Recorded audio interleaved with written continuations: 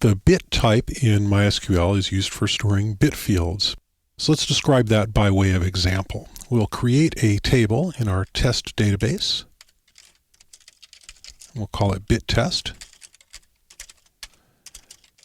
We'll give it 2 columns, B1 and B2.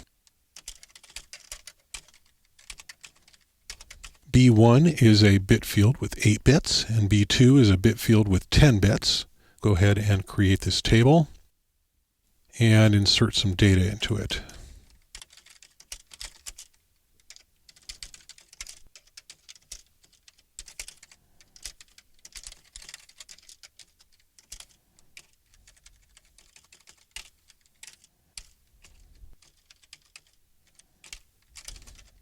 What this does is it inserts into the table bit test values for 2 columns, B1 and B2. The values are 4 on bits followed by 4 off bits, and off, on, off, off, on. The B here, before the quoted value, indicates that it's a binary value. And so it'll just be ones and zeros.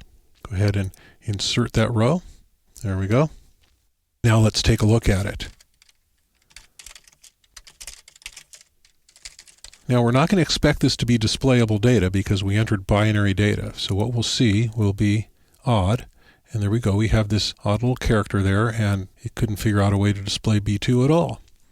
And so we inserted binary data. How can we look at it as binary data?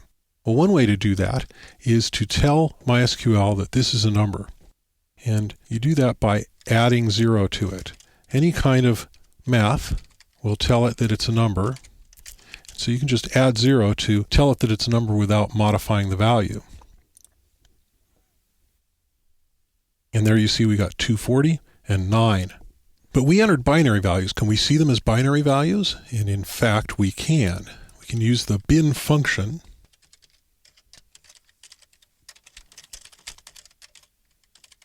to see them as binary values.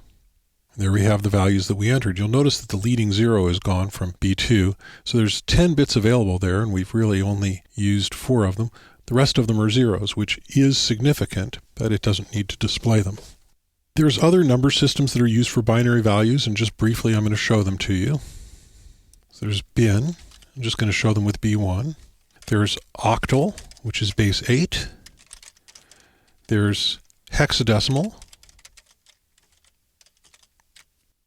which is base 16.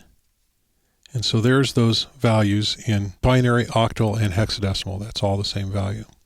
So that's the bit field. It's useful for storing flags. If you want to store the state of a number of things in a very small space, it's really useful for that. You won't actually see it that often. It's something that might be used by programmer types, but you're not going to see it a lot in web work or in most of the database applications that you'll run across. And that's the bit field.